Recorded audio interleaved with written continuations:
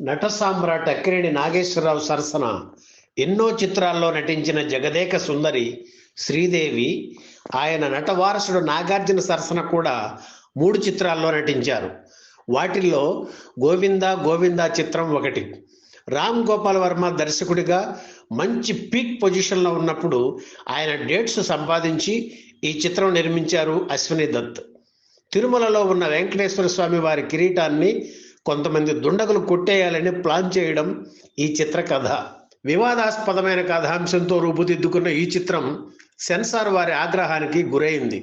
సగానికి పైగా సీనులు తీసేస్తేనే సర్టిఫికెట్ ఇస్తానని సెన్సార్ అధికారి తేల్చి చెప్పారు. అయితే అశ్విని దత్ ఎలాగోలా మేనేజ్ చేసి సర్టిఫికెట్ సంపాదించారు.